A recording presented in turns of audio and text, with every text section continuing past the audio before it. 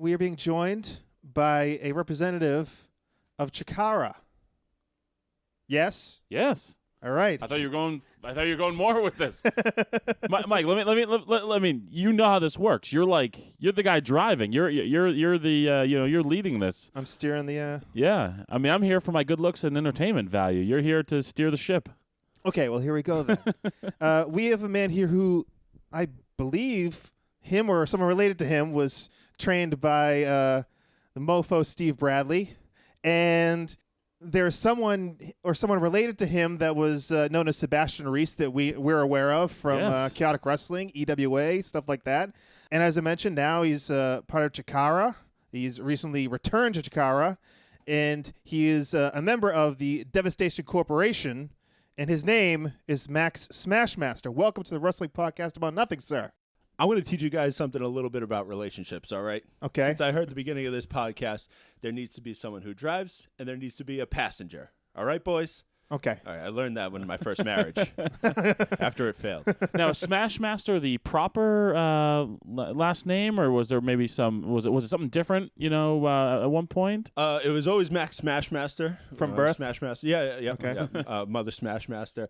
Actually, she perished during birth. I punched my way through. Doctor was like, oh, look at this Max Smashmaster. Apparently, he was Vince McMahon, too. So that's been my name since birth. I've never had somebody in face paint in my kitchen before, so it's a lovely shade. It wipes off after every match, and then it grows back by the time I get to the back. Nice. So we've talked recently about Tony Rumble, who is like kind of one of the founding fathers of wrestling, one of the cornerstones of New England pro wrestling. But Steve Bradley was, I would say, another one of those guys who kind of had a hand in so many guys that are big in New England pro wrestling and guys that have gone on to bigger and better things. And you or someone like you started training with Steve Bradley in, I believe, 2004, correct? Yeah, 2004, me and my fatter, uglier twin brother, Sebastian Reese, we both started training with Steve Bradley there, and he went on to do a few things around the Renegade promotions in New England. Right. And and I went on to bigger and better things. Traveling the world, being world champion, making lots of Hogan money, and hooking up with Sidney Bacabella. You want to talk about Steve Bradley, though? Yes. All right. Yes. All right. Let's talk about your brother. Oh, okay. Well, it was both of us. We were both there. Oh, okay. But so what do you want to know about Steve Bradley? I mean, lead me towards a question, because there's a lot. There's quite a bit. What led you to his school, the Top Rope Academy? Well, me and Sebastian, we were sitting down, and we were eating lunch in high school. We were young bucks. Not the young bucks. But, right, you're young bucks. Don't make me bury those guys. Oh, boy. No, I'm kidding. They're good guys. So one of our friends, Dastardly Durant, comes up, and he brings us a flyer. It's a shoot pop right there. Shoot pop. Mike Crockett about to spray water all over the place. Yeah. Dastardly Durant comes up, and he's got this flyer. It's like, fantasy camp, pro wrestling fantasy camp, and you should have seen our eyes light up like Christmas Day.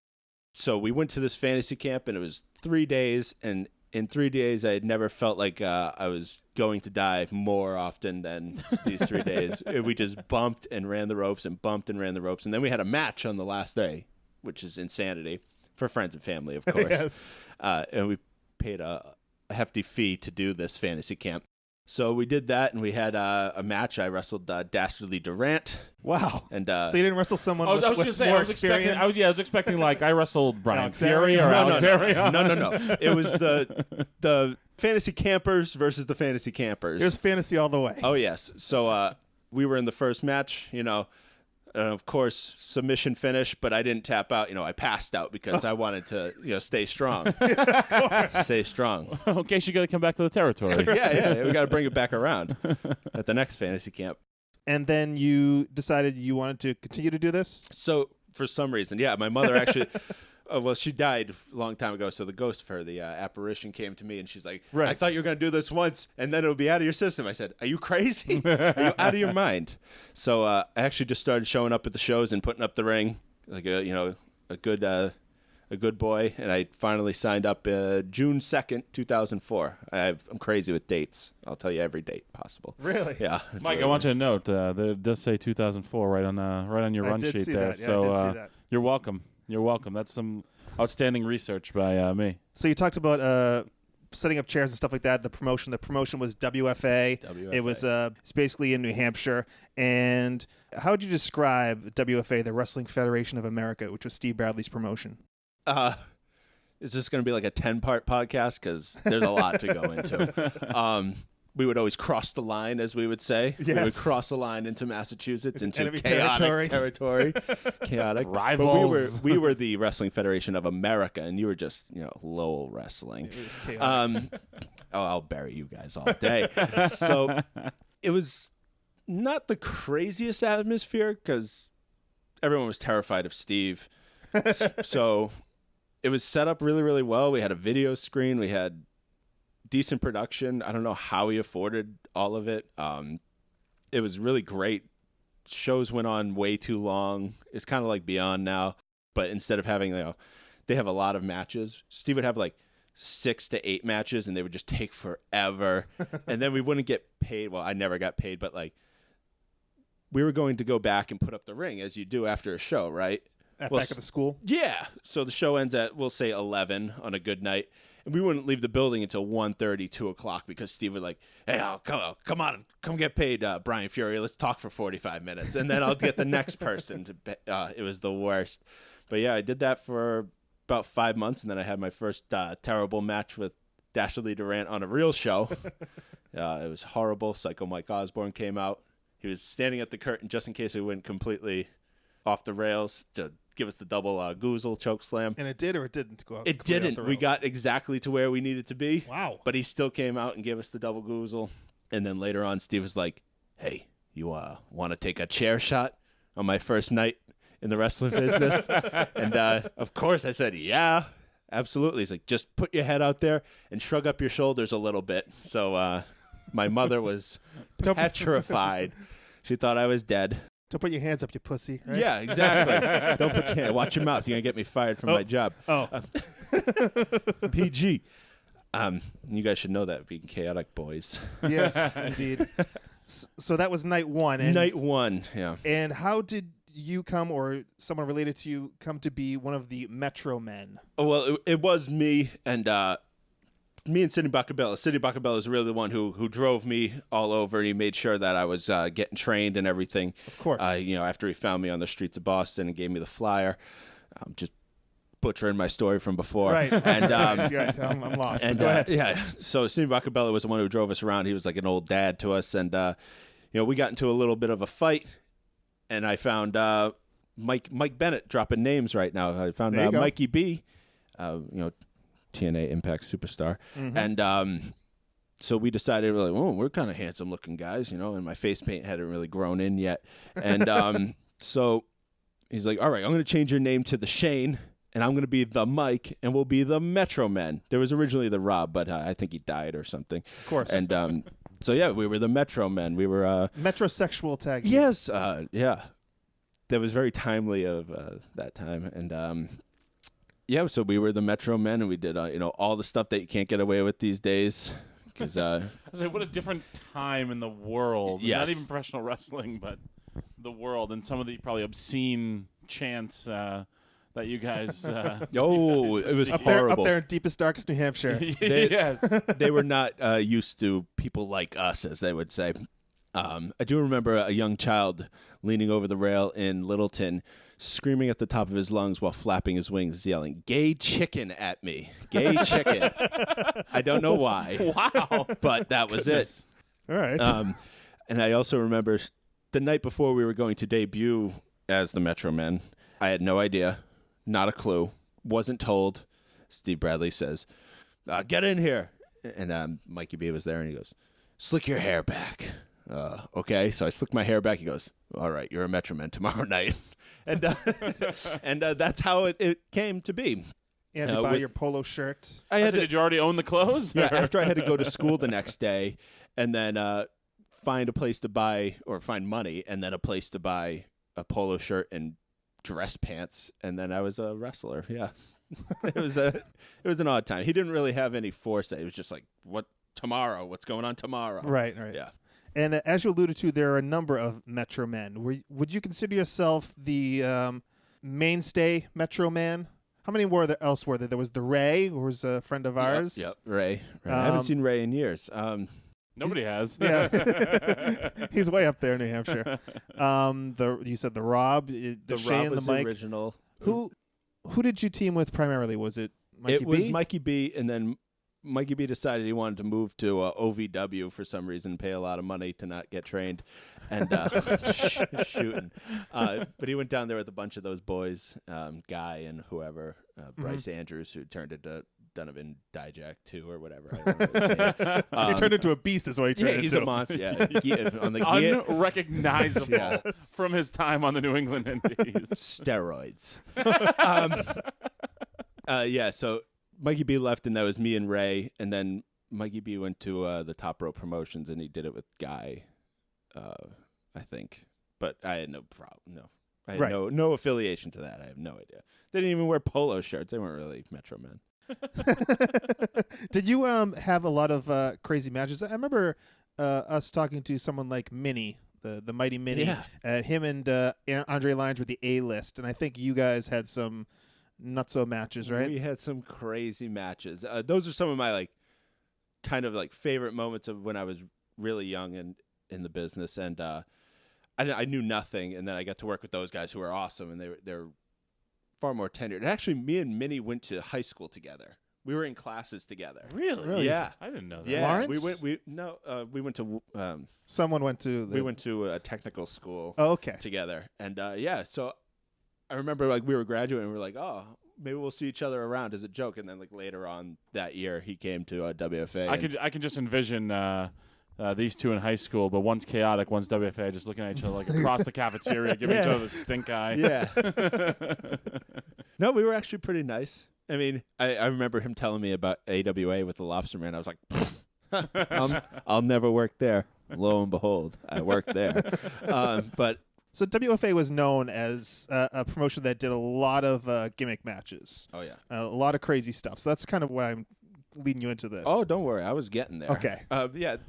I just want to make sure the people outside of New Mike England. He's very rude. No worries. No worries. For the people outside New England who are listening, Yeah. California, there are a lot of California listeners. There are. So Steve really wanted to have a following similar to ECW, and there was nothing like that around here, and there was also ECW was gone, so why not try? So every single show, there was at least one gimmick match, if not two or three. So the poster always had steel cage match, TLC match, barbed wire match. Very rarely did we do barbed wire. I think there was only two, and Steve was always in them, so he was always the one willing to take that stuff. But I remember having a conversation. It was Andre, Minnie, me, and Mike, and Steve was like, "Do you guys mind doing any gimmick matches?" And they're like, "No, that's one of the reasons why we wanted to come up here," which is odd because, they were young, didn't mind destroying their bodies. But I was like, yeah, because I was young and didn't mind destroying my body. So we had a few tables matches, whatever. But I do remember one ladder match that we had in Dover. And I don't know if we wanted to die or if I wanted. My father was there, and I took a sunset flip powerbomb off the top of the ladder through another ladder, which is the worst because these aren't these are just fiberglass ladders that we bought at Home Depot. They're hard as a rock. And I remember there was a video online, and the only person who stood up in the crowd, even though it was this incredible, ridiculous, dangerous spot, was my dad, and he was just like, "Is my son dead?" Yeah, he's dead. He's dead. I just watched my son die in front of 150 people. Yeah, but there were so many matches, so many spots, so many ridiculous things on those shows, and I think a lot of people just got burnt out after a while. Right. And Steve didn't pay anyone the buildings, so we didn't go back. Yeah. I remember a period where you kind of went away. Yeah. What happened? Where was your first hiatus? So I think a lot of people in WFA, we weren't really allowed to go anywhere else. We weren't allowed to, not that we weren't allowed, but I could go work for Bob Evans, and I love Bob to death, but I'll tell you, it was very hard not having a real job, being in college, having to drive all the way down to Rhode Island. Then King Payfabe would just not give us any money, and then we would have to, I would have to drive all the way back. Not saying I wanted to get paid or deserved to get paid, which I think is just the wrestling thing that I have to say. But like, yeah, and no money. I just couldn't do that. I couldn't feasibly. You don't have to say that. I'm a firm believer of if you're a professional wrestler and a promoter has brought you in and wants you to wrestle, they should pay you. And I will challenge any promoter out there to have this conversation with me, whether they're your student, not your student. You know, give them some gas money. Yeah. All right, promoters that might be listening to this. Pay your freaking guys. Give them a little gas money. It's not going to kill you. Yeah, and Steve shut down, so it was like we were just like a ton of lost puppies, just roaming around. We didn't know where to, and we were never really taught like, all right, show up, put up the ring for someone else, smile, shake hands, keep going. No one really taught us that. I'm not going to say that some people didn't already know to do that, but yeah, I didn't know to do that, so I just didn't wrestle. And I wrestled some real terrible shows. I remember Tarzan booked me on this horrible show, and I live right down the street from the building now. It was in Methuen. It was a 12-foot ring. It was like all backyard guys. 12-foot ring? Yeah, I wrestled the creeper, who then took his mask off, and now he's the Devil's Reject, whoever he is. And we had just absolute abortion. Actually, it was probably the best match on the show, but it was terrible because everyone else was just a backyarder, and it was like 12 people in the crowd. I remember my dad saying, "Hey, I'm going to come see you wrestle," because he always came, and I was like, "Don't come to this show." And I was just so discouraged with wrestling. And then I took some time off to get my normal life situated, and then I came back when I was good. Which a lot of wrestlers should do. Go get your life in. Was this about the time?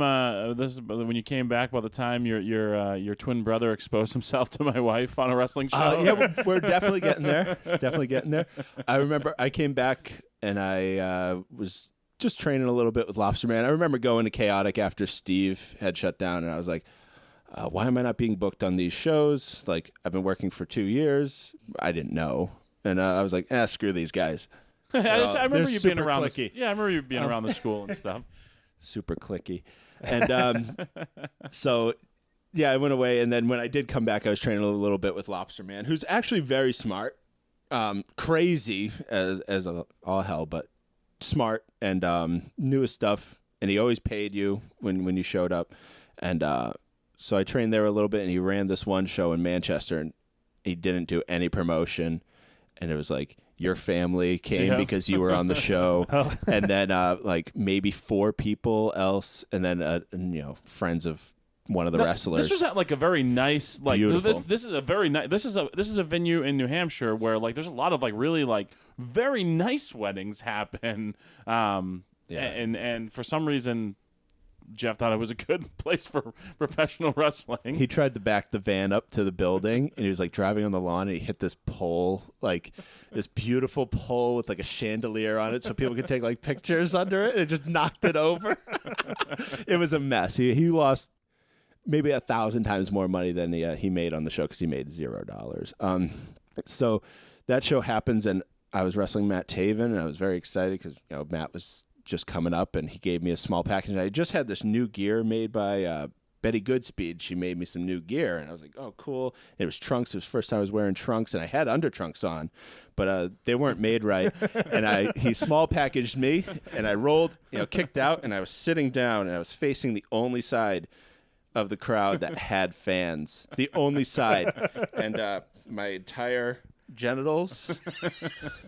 Everything was exposed out, and I was wrestling a match, so it was not flattering in these nice tights. I got a text message. I just saw the big guy's wiener. I was like, what? I'm pretty sure it was it came out of his trunks. It was 90% inside my body, and then someone in the crowd was like, "That's a small package," and I put it back in. The Playboy was there too. Yeah. Oh, all right. And I continued the match because I'm a professional. Of course you are. Of course, making a "it's cold in here" joke. So you and Brian, Max or Sebastian had a couple of matches in Chaotic Wrestling. Do you have any memories of that? I more specifically remember the one in Woburn. Like I remember enjoying the matches. I don't remember specifics of them. Your memory might be better than mine. I only remember the one in Littleton because I got to portray a Metro Man one more time for the last time. I do remember that. Yes.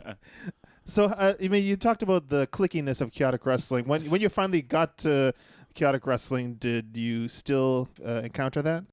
Not so much. When I came back, I knew I wasn't going to be there for like the long haul. Like I was just going everywhere every weekend. I remember I had to use my calendar to figure out where my bookings were. It was just around a bunch of different acronyms for places. Tarzan the booker? Tarzan was the booker. Yeah. He always told me I was fat, but I was like, I don't care. Who cares? Who cares? Yeah, so I would always talk to everyone. I didn't care if anyone didn't want to talk to me and whatnot. It didn't bother me. I wasn't really going to the school and like seeing it firsthand. I was just showing up and being cool and talking to Taka and hanging out. You know, it didn't really matter. So, how did you meet or come to be around a gentleman by the name of Joey Eastman? Joey Eastman is a good friend with Sidney Bacabella. I spent more time around Sidney Bacabella, but I'll tell you how I met Joey Eastman. Sure. Joey Eastman was a good friend of Shane Sharp's. You guys remember Shane Sharp? Of course, yeah. Shane Sharp, good guy.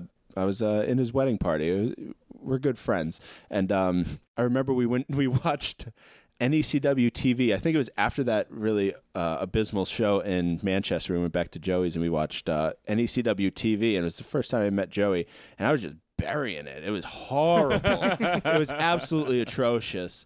And like I love a lot of the guys who are there now. Like I love Vinny. We're good friends. But this show was, oh God, terrible. And the hoops you had to jump through to find it on demand, it was like 13 layers deep. They had TV. What do you mean, Max? They had TV. Don't scream. But it was horrible. And I remember just burying it, and Joey looks at me and goes, I like this guy. And that's from then on out, we were friends. Yeah, he's cynical. Yeah. So, how did Chikara end up happening? This was like in 2012 at this point. All right, so 2012, you do the thing where, they're coming to town, get a DVD together. Joey Eastman talked to Sidney Bacabella. Sidney Bacabella brought me down. He's like, all right, get this DVD. We'll show it to the boss man. Right. The director of fun, whoever it was at the time. So I bring the DVD, and he literally looks at it, throws it in his bag, and then that was about it. I'll shake everyone's hand. And about 3 weeks later, I message Joey, and I was like, can you at least message him and just ask if they want to look at it, even if it's critiques, whatever. I'm doing the good wrestler thing, I'm being a good boy. And he's like, yeah. And then I get a call back, and he's like, I convinced him to use you. And that was about it.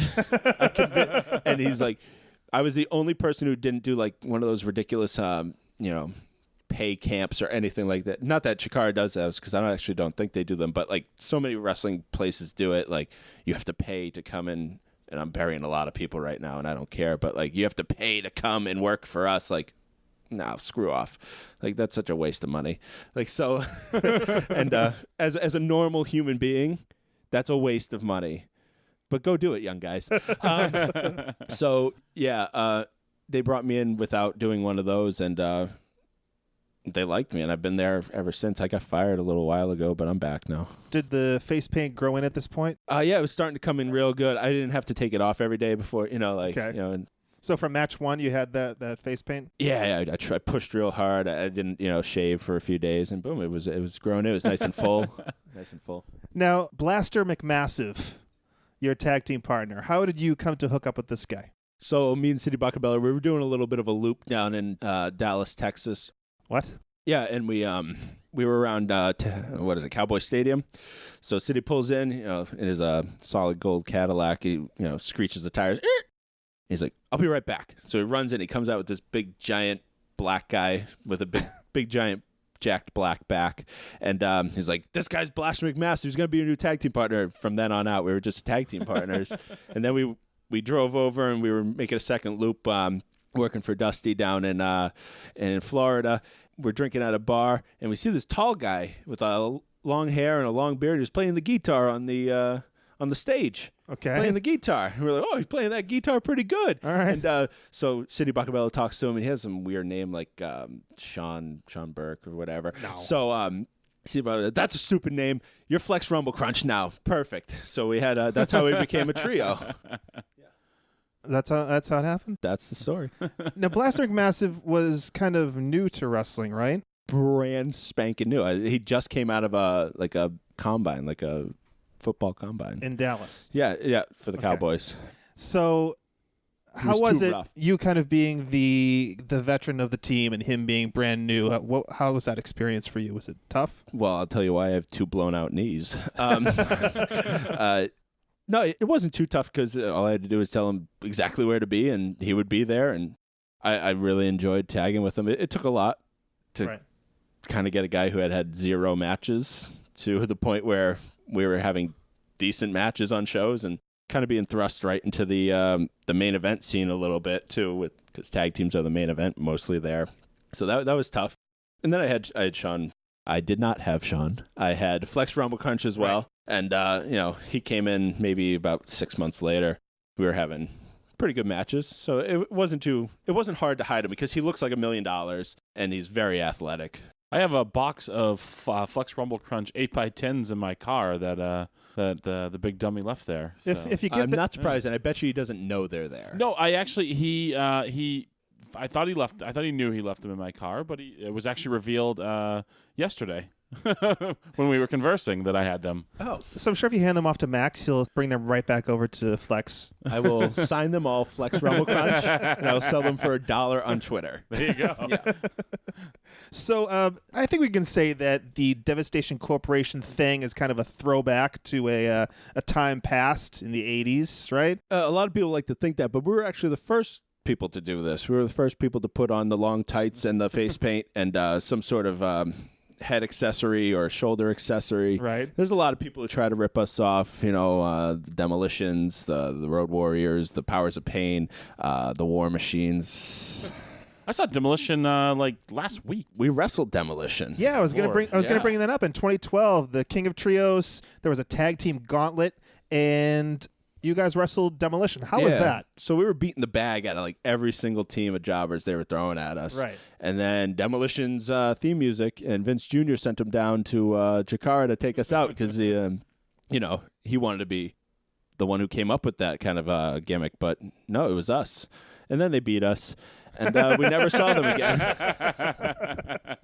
Was it a good experience wrestling those guys? It was super awesome. I'll tell you, I'll give you a little scoop here. I had to pick them up from a hotel, drive them to the show. Yes. And I'm not from Pennsylvania. I don't know where I'm going. It's before I really had a good GPS on my phone. I'm trying to figure it out.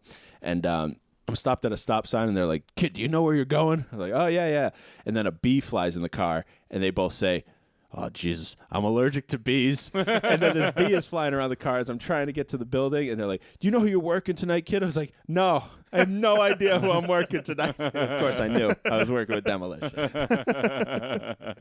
So, let me see if I get this right. The Campeonatos de Parejas. Yeah, the Campeones. Yeah, that you guys won those titles around this time, and you held them for quite a while. We won them December. Oh, let's see my good dates. Was it 2012? I think it's December 4th, 2014. Oh, Jesus. Yeah, get your stuff together. Oh, all right? my God. Goodness. You're a disgrace, Michael. I am. So how was that, holding those titles for We should actually talk about winning King of Trios first. Because that was first? Yeah, I won King of Trios 2014 as well. We better do that. It was actually one of my goals. I was like, I watched King of Trios 2011, and I was like, this is awesome. The show was great. It was so much fun. The crowd was insane. I was like, I want to wrestle at King of Trios. And I did in 2012. I wrestled in the tag gauntlet, right, which is always on night 3. And then there was no King of Trios in 2013. And then 2014, we had no idea what was going on. We just knew we were in the tournament. Cool. And then day 3 comes and our name is underlined. And I'm freaking out because I had set a goal. And I never thought, I would ever achieve it. And won King of Trios, and that was crazy. That's Chikara's biggest event of the year. It's like winning the world championship for them. I mean, now they have the grand championship. But yeah, it was super cool. Super cool. I got a little misty-eyed. Yeah. I don't care. No, okay, let's talk about you attacking Mike Quackenbush. Oh, boy. In February of this year. So there was a year-long tournament last year called Challenge of the Immortals. It was teams of 4. and we had a double round robin tournament, and it was very long. I think it was like 100 and something matches total in the entire tournament. Goodness. Yeah, it was a 12-month tournament, and then we went to the finals, and we had to wrestle Kimberly, Jervis Cottonbelly, and the Ice Creams, like a bunch of goofs, you know what I mean? And they won. They beat us. I wasn't too happy about this, so I decided I was just going to punch Kimberly a lot. So I tackled her, and I started laying potatoes on her. And then Mike Quackenbush came out, and he threw his cane at me. I said, "Oh, not in my house, buddy." So I tackled that cripple, and I started pounding his face in. And he was squealing, and he was whimpering, and he was asking me, "Oh, please stop, please stop." And I was like, "Shut up." So then all the good guys came out, all the technicos came, and they threw me out the building. And actually, I lost one of my shoes in this fray. Goodness. And I had to walk in February in the snow to a car with no shoe on. And it was terrible. I was very upset. And I had full face paint on. As always. Oh, as you should, right? And so I got fired. They fired me. And I took about 9 months off. I did a little bit of jiu-jitsu so I can come back and I can start, breaking people's legs. And I got a little fat in that time, too, and I got to lose that weight. Hey, there's nothing wrong with being fat. I know, it's so nice. Michael can attest. Of course. So much easier. I get very hungry. Join the club. So you had your release in March, and as you said, you took like 9 months off, and you returned at the did you read the release? I enjoyed the wording of... It was a hard firing. It was not a release. Yes, what did they say, Brian? I don't remember it. I think they told me that they wish you all the worst in your future they endeavors. don't particularly care what I do in my future endeavors. That's right. I enjoy the future endeavor part. So I planned a lot in that time. I thought, how am I going to get back? How am I going to get back in and get my job back? Because I was starting to feel, the itch. You know how you get the itch? I'm sure you have it. You haven't refereed in about 6 years or something like that. My itch is very dull Your right now. extended hiatus. Thank you. I listened to the show. Thank you. So King of Trios 2016, just recently, the itch was scratched. Oh, was it ever? Was it ever? So what happened? So I knew King of Trios was going on. I mean, it's very easy to look on the internet and see where these things are happening. And I've watched a lot of Chikara in the time that I wasn't wrestling for them. Right. They, for some reason, didn't delete my free Chikaratopia account that I get. So I watched a lot, and I noticed that there was one person who was really getting popular, and that was Vlad Radinoff. He's the party czar because he knows where the parties are. He's our ring announcer. So I knew that if I attacked him and I put my hand in his mouth and tried to... Your fingers were in his mouth, and I was like gagging watching it. I was going to pull his jaw off. And so I gave him the dreaded mandible claw. And I was a little, I was actually real stiff with them because I wanted my job back. And then Quack comes up and he's like, just stop. And he said it about 12,000 times. So I gave him an ultimatum. And, of course, Kimberly is the one who came out and she said she wanted to fight me. So thank God I got to fight her, too. So and I got my job. I'm looking at you right now. You have a nice shina. Oh, yeah. As they say in Boston. So you did wrestle her recently. I wrestled her last Saturday, yeah. So how'd that go for you? Should I not have... No, now you've pissed him off. Oh, boy. No. I think you guys should take a look at the match. I think you might enjoy it.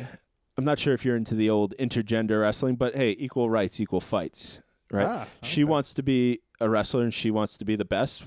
Then who am I to say that she can't wrestle men? And she is good. She beat me. I'll tell you right up. And she also beat me with her finisher, which I will tell you is impossible to get out of. 100% shoot ski. Impossible to get out of. She put me in it, and I tried to take a breath, and I thought to myself, well, I'm just not going to breathe for this 3 seconds because it's impossible to get out of. She beat me. She put up a very good fight, and she did show me something. Not to say I like her, because I don't, but we'll go with I have a slight respect more for her now. So, Kimberly, you wrestled her in a singles match. Now, the future for Max Smashmaster, is it in singles competition, or will it be a reunion with the rest of the Devastation Corporation? I know they're doing a lot of things all around. Well, obviously you don't do your research, because I did drop Blaster McMassive on his head and Flex Rumble Crunch on their head with my finishing move I call the Spine Buster, which some people call a Tombstone Pile Driver, but I think Spine Buster is a better name for it. Okay. So I felt that they got soft in the time. They didn't reach out to me. They didn't see how I was. They didn't try and get me booked. They didn't even try and sneak me into the building so I could fight someone. They did nothing for me. So when I came back, who am I going to go for? Am I going to take out the weak links so I can be the last standing member of the Devastation Corporation? Of course. And that's what I did. I dropped them on their head. I told Sidney Bacabella, get rid of that stupid wig. Get rid of those dumb suspenders. Oh, my goodness. We're serious now. We're going to go and we're going to be singles. I'm going to be a singles competitor, and I'm going to take that grand championship, and I'm going to make more Hogan money. So Sidney Bacabella sided with you in this thing. Sidney Bacabella is the only one who reached out to me. Okay. Sidney Bacabella was hurt. He was hit in the head by Oleg the Usurper. His wig was knocked off, and the two of them just left him in the ring. They left him in the ring until all the fans filed out. He just laid in the ring. He was presumed dead, I thought, right? He was presumed dead. And that's so much so that two remaining members of the Devastation Corporation even made a shirt that said it was a Sidney Bacabella memorial shirt. Right. They made a shirt and they sold it claiming he was dead, but he wasn't. So of course he's going to come with me because I was the only one who visited him in the hospital. Is he suing to get a piece of that T-shirt money? He probably is in a shoot because he hates them. Huh. And I think I broke Flex Rumble Crunch's neck. I've never met Blaster McMassive, but I have quite an extensive history with Flex Rumble Crunch, and I'm on record burying him on podcasts that I've done in the past. So he's a real piece. He's a real piece of garbage. He's a piece of garbage. Yeah, he's a nice guy. He's not. He's not. There's nothing nice. Broke his neck. There's nothing nice about Flex Rumble Crunch. Well, you'll probably like me because I broke his neck. He's the stench he brings with him usually. Oh my goodness! Is offensive when he eats the food in the car. The food in the car, and then the aftermath of the food in the car. Oh, he's repulsive. He is. He's Flex a disgusting repulsive. human being. So I wanted to really hit this really quick. We're hoping to spring this on you, Brian, but you were tipped off. I'm feeling hungry. You were tipped off before we started recording tipped here. off. I'm just smart. I know you're horrible. Mind. The Overweight Classic. We talked about this on the show a number of weeks back. Brian Buffet was a participant, and we thought he had moved on from the first round, and it was rescinded. They pushed out the curtain, then called you back. You never even went out for round 2. You were replaced, and you were replaced by a guy who lost in the first round also, Max Smashmaster. That is true. Actually, I forgot about that. Completely forgot that I replaced you. What a work, huh? They're trying to screw me out of it on every way. I win the Twitter vote. They let Action Ortiz through. And then they take you out. Yeah, the Twitter vote didn't mean anything because I lost the Twitter vote in the first round, but they tried to move me on to the second round. It's a work. It makes me crazy. So I get all the way to the finals or the semifinals. A odd number 50-50 split happens, which is impossible. And then I knew Kane was going to win the whole thing. And then they take Kane out and they put in Big Vinny V, who is Brian Alvarez's best friend. It's a work. It's impossible to win. And I'm mad. And I keep trying to get them to at least say that second place gets something, so they'll send me like a free copy of 2K17 or something like that. But no one's biting. Yeah, I mean, by the time this airs, the winner will be determined, but it does seem like it's already been determined. Is this really still going on? Yeah. Oh, my God. It's so long. You know how many dumb tweets I have to put out a week? Oh, thank God. I would not be. I've even called out Tom Lawler over the return of Brian Buffet. Yeah, I saw that. So I'm glad that we're able to talk about Brian Buffet one more time, Brian. The last time. I could go for another plate. So what is the future for Max Smashmaster as a single superstar? I'm feeling kind of old. Yeah? Yeah. I beat up Kimberly, but she punched me right in the face so hard. I have this mean black eye, and good thing the face paint covers it up. But the blood that's actually in my eye is a little rough. I took quite the beating from her, and when you don't wrestle for 10 months, you feel kind of old. So how old a man are you? How old? Yes. I'm like 42. Are you? Yeah. You look good. You've preserved really well. Yeah, I've been Well, he's doing working the this. territories in Dallas and Yeah, Florida. I've been doing this for about 23 years. Me and Sonny Goodspeed, you know. Yeah. And I had to get a Sonny Goodspeed reference you in have here. to. We love Sonny Goodspeed here. Best buddy. He's like wrestling dad. He's like actually wrestling stepdad because Steve's dead. It's okay. You can laugh. That was a joke. Yeah, so I'm going to keep going as long as I possibly can. It's very odd to be this young but feel this old. And I got lots of kids. Yeah. Yeah, I'm like Brian Buffet. He's got dozens of kids. And yeah, I'm feeling... Kids got to eat, though, right? Gotta eat. That's probably why I should stop wrestling. Yeah. Let's talk really quick about the Chikara video game. Oh, that's cool. Yeah. Yeah, they're doing like a kind of a campaign to get this funded so they can... They absolutely are. We have a video game that's in the works. It will come out, but if the Indiegogo gets funded, it'll come out sooner. Okay. So I don't think a lot of people understand that. Like, the game is going to come out. It's going to come out on Xbox One. It's going to come out on PS4. It's going to come out on Steam. It got greenlit on Steam, so it has the funding. But to make it come out sooner and to give it some more enhancements, the Indiegogo is there to help it, help it along. Right. So maybe by this time this comes out, it just won't be, it'll be over and won't have got funded because no one heard this. But but yeah, it's super cool. It's going to come out, and it's greenlit to come out on the two major consoles that are out right now, which is amazing. Yeah. And like, all I need is an action figure, then I can quit the business. You know what I mean? Like, I'll just pay for one of those to get made myself. Yeah, video games, pretty awesome, pretty awesome pretty stuff. Awesome. It's immortalized, Yeah, exactly. And the doubleheader season finale of Chikara is December 3rd in Chicago, correct? Will you be there? Yes, I will be there. I have no idea what's going on. I keep trying to weasel my way into matches here and there because now that I don't have any points towards title contention, I don't really know what I'm going to do. I was really hoping to beat Kimberly and then challenge for the title, but that didn't happen. For the people who don't understand what I'm talking about, in Chikara, you must win three singles matches or 3 tag team matches to challenge for those respective titles. Now I have 0 points, and I'm very upset. So I got to figure out what I'm going to do, but I'll definitely beat someone up, and I'll start my working towards the Grand Championship. Doubleheader, Chicago. I believe it's the Chikara Supremacy and... Temple of Doom? Is it Temple of Doom? It may be Chikara Temple of Doom. I just watched the I just watched the event center from 11/11 to this morning. Was I on it? You weren't on it. Nah. No, you weren't on it. Unbelievable. Guess I didn't want anybody to really watch it. They don't want anyone to watch it. They don't want any views. Or So if you want to watch Chikara footage, you can go to, is it chikaratopia.com? Yeah, you can go to chikarapro.com, and right at the top you'll see Chikaratopia or chikaratopia.com. It's $7.99 a month. It's actually a great deal. There's almost 1,000 hours of footage, and great thing about Chikara is you can start at season 1. I mean, the matches aren't going to be super good, but the story starts at season 1, and it goes until today. It has complete continuity. Right. You can really literally sit there and watch it and know exactly what's going on, and you can call back to years ago. Me and Kim our match right now was 2 years in the making. 2 years. And you obviously have a very tenuous relationship with Mike Quackenbush, but he is a guy, I mean, that has been around a long time, is from everybody, and I've never had personal experience, but from everybody I've ever heard, he's a brilliant mind.